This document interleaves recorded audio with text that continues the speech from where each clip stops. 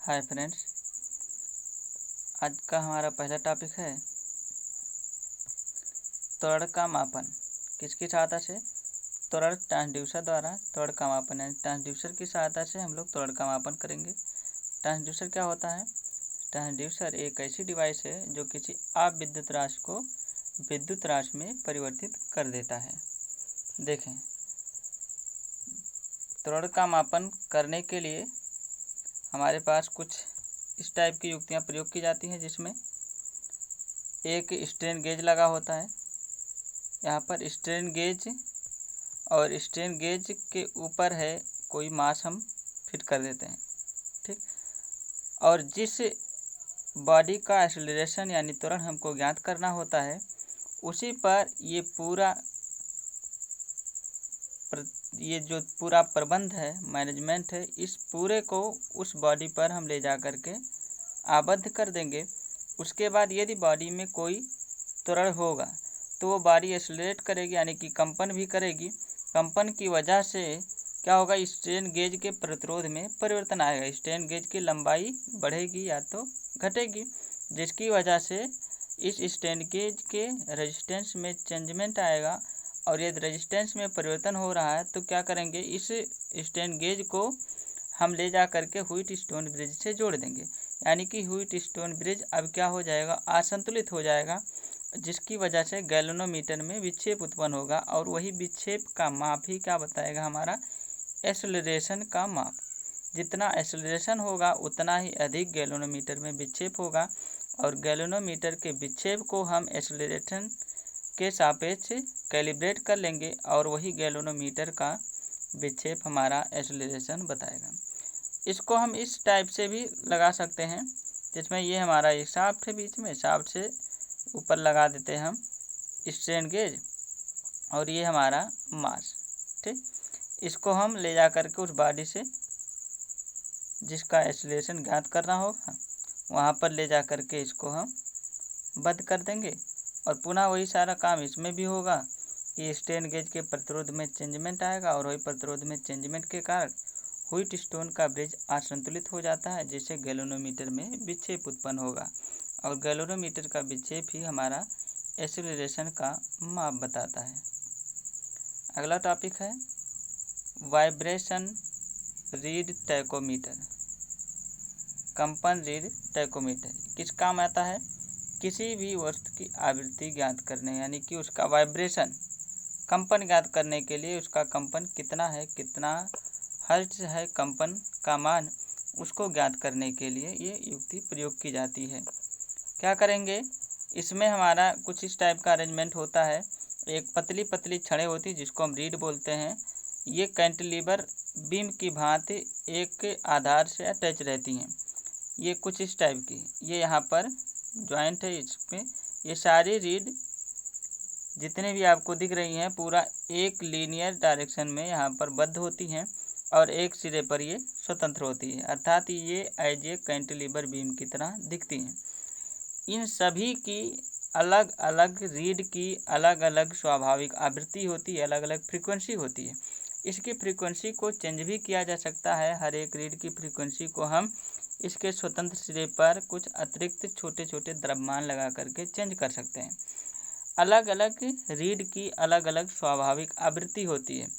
और एक घटना हम लोग जानते हैं रिजोनेंस की, अनुनाद की, कि यदि किसी भी पिंड की या किसी भी कंपोनेंट्स की आवृत्ति उसकी स्वाभाविक आवृत्ति के बराबर हो जाता है तो आयाम में एकाएक बढ़ोतरी हो जाती है, अचानक आयाम बढ़ जाता है, एम्पलीट्यूड में इंक्रीमेंट हो जाती है, जिसकी वजह से अनुनाद की घटना होती है।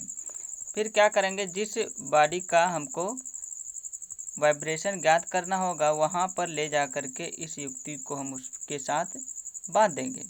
बांधने के बाद अब अलग अलग रीड की अलग अलग स्वाभाविक आवृत्ति है। जिस रीड की यानी जिस छड़ी की स्वाभाविक आवृत्ति उस कंपोनेंट्स की या उस बॉडी की जिसकी वाइब्रेशन हमको ज्ञात करना है, उस बॉडी के वाइब्रेशन के यानी उस बॉडी की फ्रीक्वेंसी के बराबर हो जाएगा, उस रीड का आयाम एकाएक बढ़ जाएगा। और वही रीड की जो स्वाभाविक आवृत्ति है वही क्या हो जाएगी, उस कंपोनेंट्स की आवृत्ति हो जाएगी।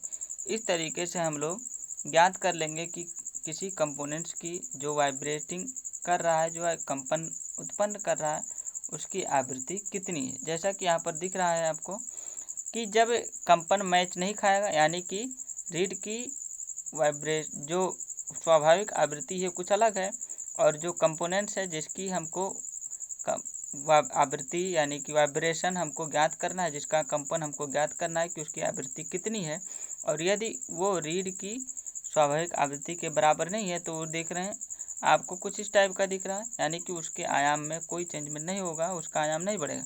लेकिन जैसे जैसे यदि आवृत्ति मिलती जाएगी तो क्या होगा, आयाम बढ़ता चला जाएगा। यानी स्वाभाविक आवृत्ति और उस कंपोनेंट्स की आवृत्ति जब बराबर हो जाएगा तो वहाँ पर आयाम सर्वाधिक मिलेगा, और ये सर्वाधिक आयाम जिस रीड का मिलेगा उस रीड की जो स्वाभाविक आवृत्ति होगी वही उस कंपन करती हुई वस्तु की आवृत्ति हो जाएगी। इस तरीके से हम माप लेंगे कंपन रीड टैकोमीटर की सहायता से किसी कंपोनेंट्स की आवृत्ति को। अगला है हमारा मेजरमेंट ऑफ टॉर्क।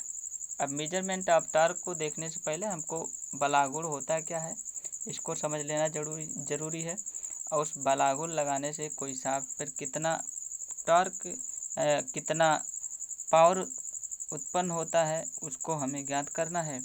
तो इसके लिए मान लीजिए कोई शाफ्ट है जिस पर हम बल एफ लगा रहे हैं और शाफ्ट का रेडियस कितना है, आर है।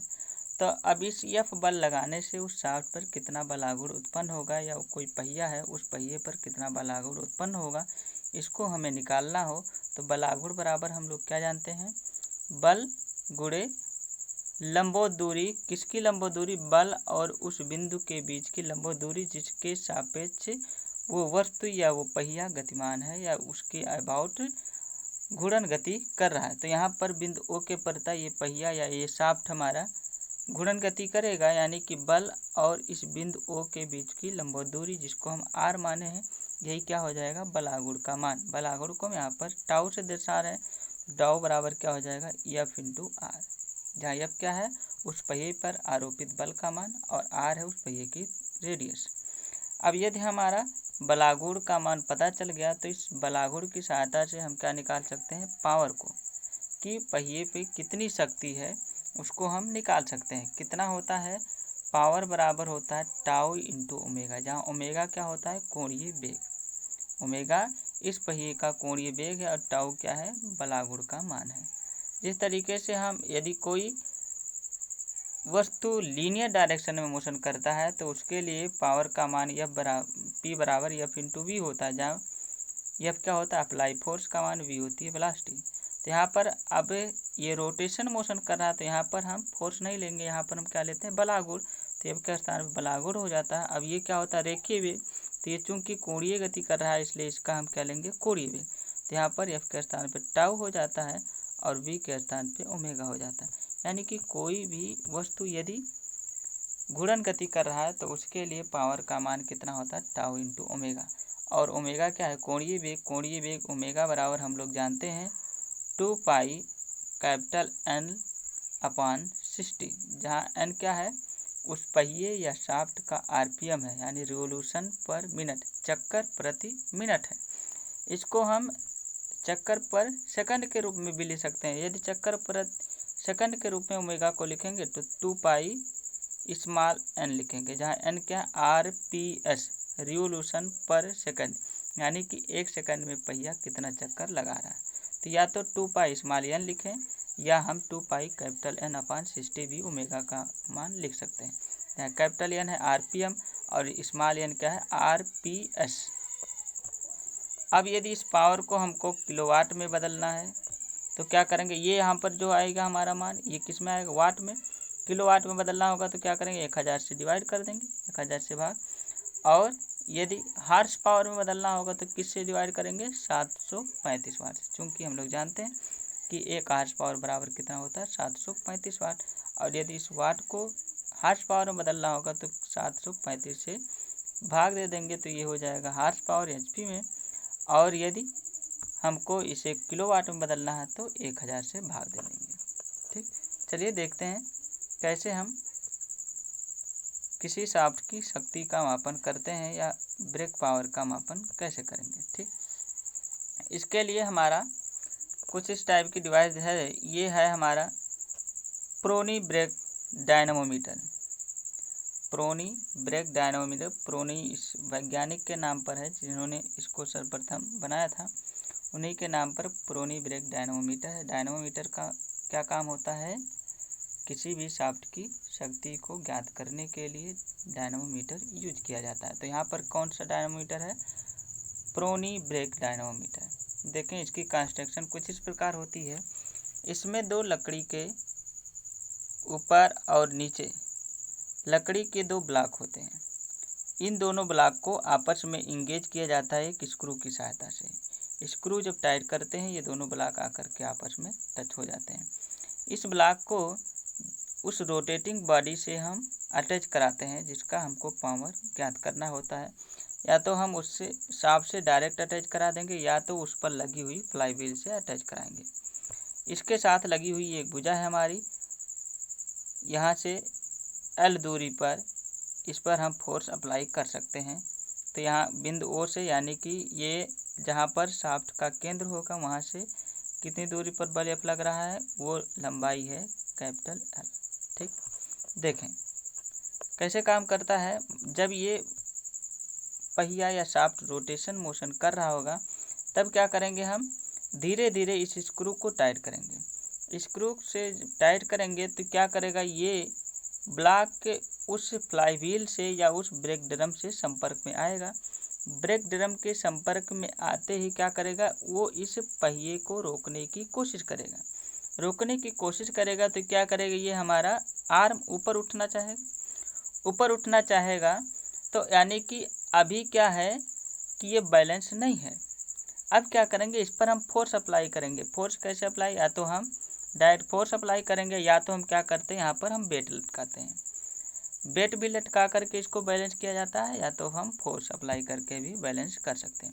यानी कि जब ये ब्लॉक ऊपरी और निचली ब्लॉक इस ब्रेक ड्रम के संपर्क में आ जाएगा और यदि यहाँ पर फोर्स अप्लाई करने से ये जैसे का तैसे अगर जो पुनः प्रारंभिक अवस्था में आ जाता है, जैसे कि ये जब अटैच नहीं हुआ था ब्रेक ड्रम से ब्लॉक ऊपरी और निचली ब्लॉक, वही अवस्था अगर जो आ जा रही है। कैसे आएगी वो अवस्था कि जब इसको हम संपर्क कराते हैं तो ये ऊपर उठना चाहेगा। ऊपर उठना चाहेगा तो इसको हम बैलेंस करेंगे एक फोर्स लगा करके। अब जितना अधिक पावर होगा इस शाफ्ट का उतना ही अधिक हमको यहाँ पर फोर्स अप्लाई करना पड़ेगा। जैसे जैसे संपर्क कराते जाएंगे वैसे वैसे क्या करेगा, ये ड्रम हमारा रुकना चाहेगा। ड्रम धीरे धीरे रुकना चाहेगा और एक समय ऐसा आएगा कि ये ड्रम रुक जाएगा। रुक जाएगा तो उस समय जितना फोर्स अप्लाई किया गया है उसका मान हम लोग ज्ञात कर लेंगे। उसका मान हम ज्ञात करेंगे कि कितना फोर्स अप्लाई करने से यह आर्म हमारी संतुलन की अवस्था में, यानी कि प्रारंभिक अवस्था जैसे थी ठीक उसी प्रकार ने क्षैतिज में उसी का वैसे बना हुआ है। उस समय जितना फोर्स अप्लाई हो रहा है उसी एफ का मान हम ज्ञात कर लेंगे। या अगर जो बेट लटका रहे हैं तो उस बेट का मान हम ज्ञात कर लेंगे कि कितना बेट लगाने से इस ड्रम जब रुका है तो ये बैलेंस की अवस्था में है। उस एफ से इस शाफ्ट के केंद्र के बीच की दूरी को हम मेजर कर लेंगे, जिसको हम कैपिटल एल से माने हुए हैं। अब ये जो ड्रम था, जो शाफ्ट था, जो पहिया था, उसका जो आरपीएम रहा होगा उस समय उसको हम ज्ञात कर लेंगे किसकी सहायता से, टैकोमीटर की सहायता से। टैकोमीटर की सहायता से आरपीएम को ज्ञात कर लेंगे, यानी रिवोल्यूशन पर मिनट, जिसको हम कैपिटल एन से डिनोट करते हैं, यानी कैपिटल एन का मान निकालेंगे। अब ये कैपिटल एन का मान पता हो गया, एफ का मान पता है, तो हम पावर को निकाल सकते हैं। ये कौन सा पावर होता है, ये ब्रेक पावर होता है, क्योंकि ये ब्रेक काम कर रहा है। ब्रेक लगाने पर उस पहिए को रोका जा रहा है, उस समय जो पावर होता है उसको हम क्या बोलते हैं, ब्रेक पावर लगाते हैं। ब्रेक पावर क्या होता है, किसी भी पहिए को रोकने के लिए ब्रेक पर जितना फोर्स अप्लाई करते हैं, जितना पावर हम लगाते हैं, उसी को क्या बोला जाता है, ब्रेक पावर। तो कैपिटल एन यानी रिवोल्यूशन पर मिनट को हम ज्ञात कर लिए टैकोमीटर की सहायता से। जो फोर्स अप्लाई किए थे कैपिटल एफ का मान, इसको हम ज्ञात कर लिए। एल का मान हमें पता है। तो अब हम क्या करेंगे, पावर का फार्मूला लगा देंगे और हमारा ए ब्रेक पावर निकल जाएगा। क्या होता है फार्मूला, पावर P बराबर होता है टाउ इंटू ओमेगा, और टाउ क्या होता है बल आघूर्ण बल, तो यहाँ पर बल क्या है F इंटू एल, ये आ जाएगा आघूर्ण F इंटू एल, ये हो जाएगा हमारा टाउ का मान इंटू ओमेगा। ओमेगा बराबर क्या लिखते हैं 2 पाई कैपिटल N अपान 60। तो टाउ इंटू ओमेगा कर देंगे, निकल जाएगा पावर का मान, यानी कि एफ एल इंटू 2 पाई N अपान 60 लिख देंगे, क्या आ जाएगा हमारा पावर का मान, किसमें वाट में। तो यहाँ से देखें 2 पाई कैपिटल N अपान 60 ये क्या हो जाएगा हमारा ओमेगा का मान, F इंटू एल क्या हो जाएगा टाउ का मान भलागुण, तो टाउ इंटू ओमेगा क्या हो जाएगा हमारा पावर। तो फ्लाईव्हील पर जो शक्ति प्राप्त हुई या पहिए पर या शाफ्ट पर जो शक्ति मिली हमको वो कितना मिला 2 पाई NFL अपान 60, ये किस में है वाट में। यदि इसी को किलोवाट में बदलना होगा तो नीचे 60 गुणे 1000 लिख देंगे, यानी 1000 से भाग भी दे देंगे, तो ये किस में हो जाएगा किलोवाट में। और यदि इसी को हार्स पावर यानी अश्व शक्ति में बदलना होगा तो किससे डिवाइड करेंगे 735 से, क्योंकि हम लोग जानते हैं कि 1 हार्स पावर बराबर 735 वाट होता है।